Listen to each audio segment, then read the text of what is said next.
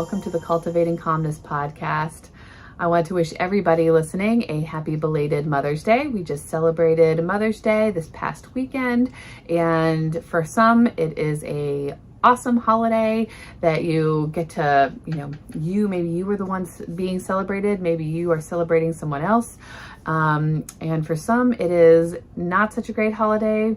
Maybe that's because you are a non-traditional mother, or you have had a non-typical experience being a mother or having a mother in your life.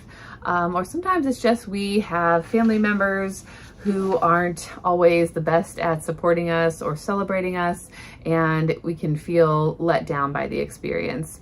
Or maybe anywhere in between. And so I just wanted to talk a little bit today about my experience. I call it a little bit of a non-traditional mothering experience growing up, and a little bit about maybe how that affects me today. So Mother's Day for me this year was pretty awesome. My husband is really great at celebrating me almost. I feel like I don't deserve that kind of treatment, and he goes above and beyond to celebrate me. And so I am really grateful to have someone in my life who really does care about me and shows our children how to care about me. And for me, it was a really nice day, but I know I have family members and friends who this day wasn't really a great day for various reasons, and there's lots of things we could talk about related to that, but for me as well, if you have followed and listened, my mom died when I was 7, so from that Mother's Day from age 7, which I would have been in first grade, all the ones after that, I didn't have her to celebrate. And so those first few were often harder. I just distinctly remember wondering in class when the teachers started talking about Mother's Day gifts and Mother's Day cards and what they were making for Mother's Day for that year. For me, it was, well, who do I make mine for? Because I don't have one of those anymore. Our family, we believe that my mom was in heaven, and, I knew what that meant, and, but, I can't give her a card in heaven. So those things were a little difficult, but it has been, it will be 30 years this year in August that she, has been deceased. This was the 29th Mother's Day without her. And it is a question that I get is, how is Mother's Day for you? And for me, Mother's Day, like celebrating or thinking about my mom, I would say anymore is not typically a sad day. It's been 30, almost 30 years. So it's been a long time. I'm a grown woman. I have my own kids. And for me, I guess that's what I think about more is, actually, my daughter is the same age now as I was when my mom died. So I find myself thinking about that, wondering what, seeing her and just knowing like what we're doing in life now and what I was doing in life from what I recall when I was her age, and what kinds of things I did or thought I needed to do, and how life looked. And sometimes that piece will make me sad. I don't necessarily get sad on Mother's Day anymore. I go and visit her grave, and I didn't get to plant flowers this year.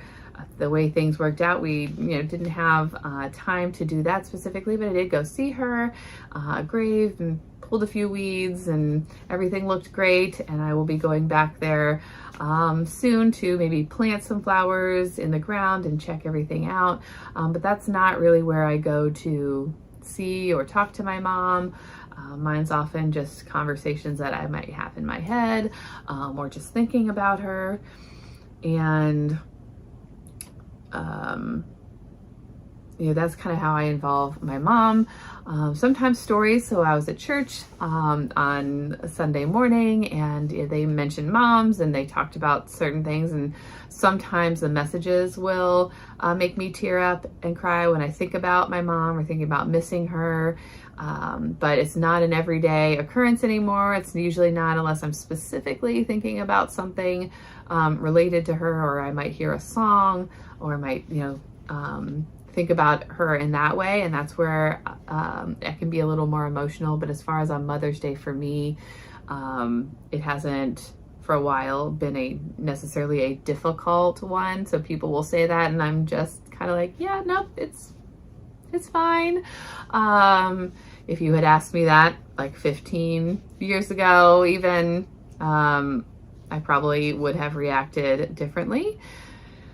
And that's kind of how, for me, talking about non-traditional mother relationships. So my mom died when I was 7. I didn't have a direct, mom in my life, but I had lots of, I wouldn't say replacement moms, but bonus moms, additional moms that helped. So I had 2 grandparents, a great grandparent, several, like 4, 5, 6 something aunts and uncles, and they would step in different ways and help out our family, or take us on vacation, or watch me and my siblings. And I think about each of those aunts in different ways from the time when I was little up until today. Their role in my life has ebbed and flowed and changed, and I can remember the ways that they helped me or they helped my family. And there are things today that I will learn about, whether it's from another aunt or another family member, or my dad, who will tell me about things that, like promises that were made. So my mom knew she was dying and talked with her family members and asked them to do things to have us attend a certain school, a certain church, and to take care of us, and to help us with school, and to, help my dad out in certain ways. She asked them to do things for our family, and they agreed to do those things, to my knowledge. And, I remember those things. Did I look at them at the time as mother figures? No, they were my aunts, and I loved them all for various different reasons. I had the cool aunt, I had the strict aunt, I had the mean aunt, I had the fun aunt. I had like different aunts for different things, and at the time, those may have been my views. Today, I look at them all in different ways as our relationships have ebbed and flowed, and I can recognize the effort that they put in, whether it was because of a promise that was made, or whether it was because that was something that they wanted to do or felt called to do. We all can have, I guess all that to say that we all can have mother figures in our lives, and we can lose someone. Today I'm talking about mothers. For you, maybe it's a grandparent or a father or a sibling, and we can't replace those people. We can't bring them back. But the role that they may play in our lives the role that other people can play in our lives could benefit us more if we open our hearts to that.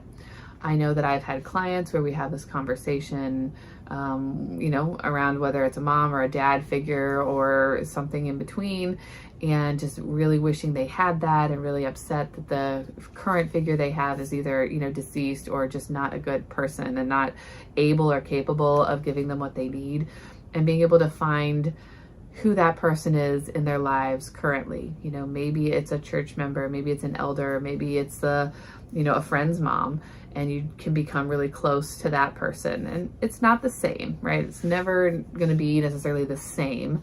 But also our lives can be what we make of it, and we can allow someone in, or we can keep them at arm's length. And I was guilty of that for a long time.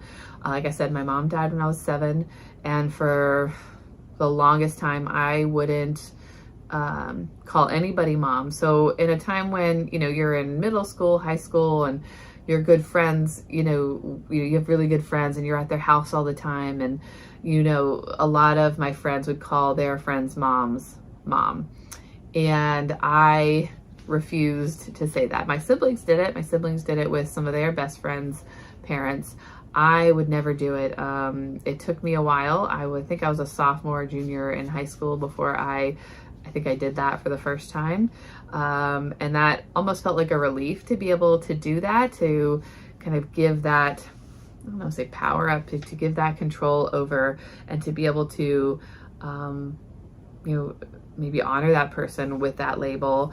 And actually that person was, at the time, my high school theater teacher and English teacher and director.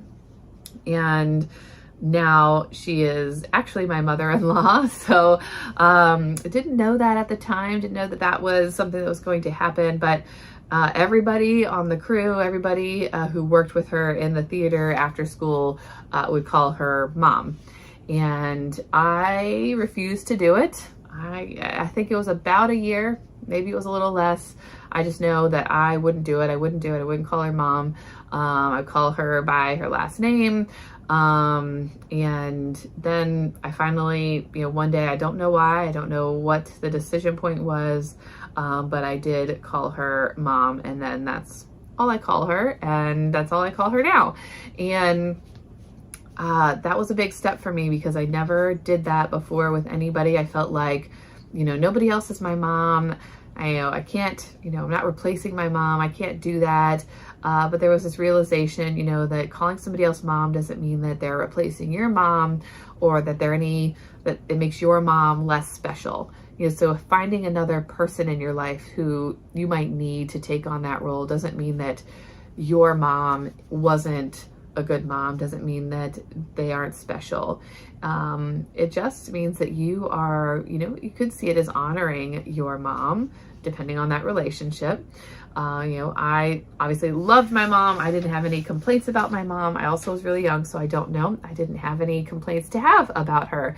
And so it almost at times felt like maybe dishonoring for someone who maybe has lost a mom, whether that's through death or, distance. You may not feel like that it's an honor to call somebody else mom. You could see it as honoring them, that's a high esteem to be, is to call someone mom means you really love them and care about them. Or that you have been able to see other people in that light, aside and separate from maybe the mom who has hurt you. So I think that there are lots of ways we can look at these things. Also for like people who haven't had the best maybe mom role model, or maybe non-existent one like me. Not that I didn't have role models. I did. I had lots of good role models. But as I said, it's not the same as your mom, your own personal mom. It can be hard to then know necessarily what to do. That wasn't something that I initially realized or thought about, but as my kids have gotten older and as I have grown as a mom, I, do come to that realization that, I don't know how to do this. I never saw anybody do this, on a daily basis. I saw my grandparents do it. I saw my dad do it.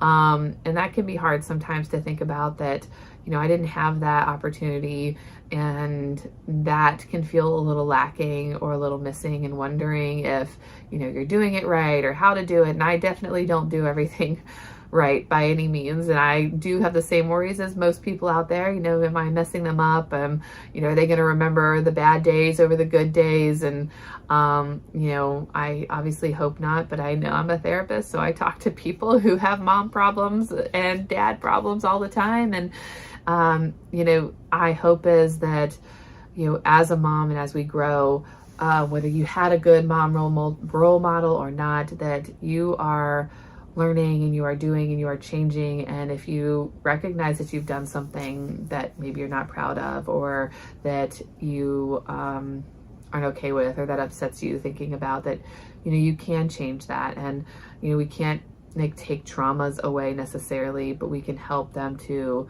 recover that, and we can help them to recognize you as somebody who's trying and who's doing the work and who's wanting to do better. So for me, it's, I actually had a conversation on Mother's Day with one of my aunts, who's my aunt, who's now the great aunt to my kids.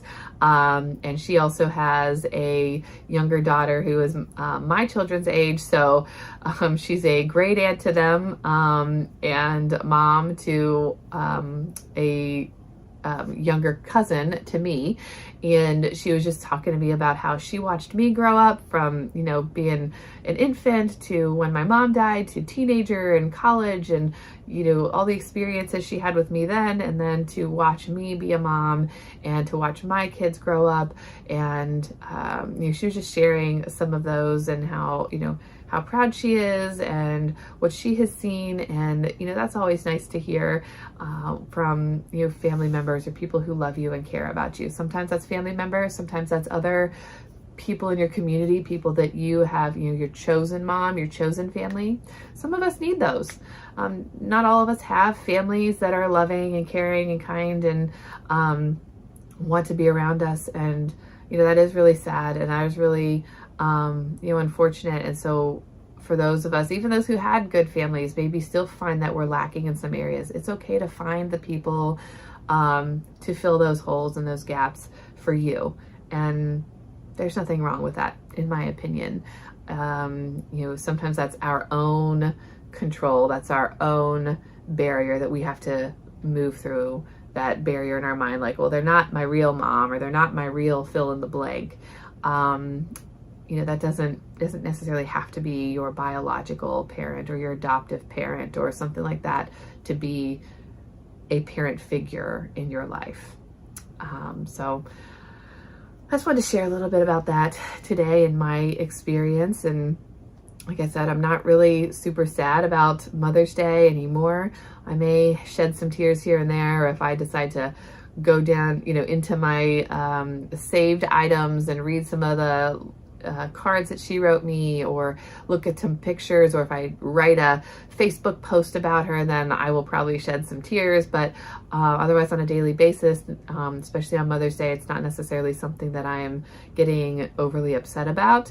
And that's okay. It has been a while. That time heals all wounds. There's some truth to that. Just in that you learn to live with your grief, you learn to live with the loss, and you incorporate it into your life. And there's a lot of healing involved in that as well.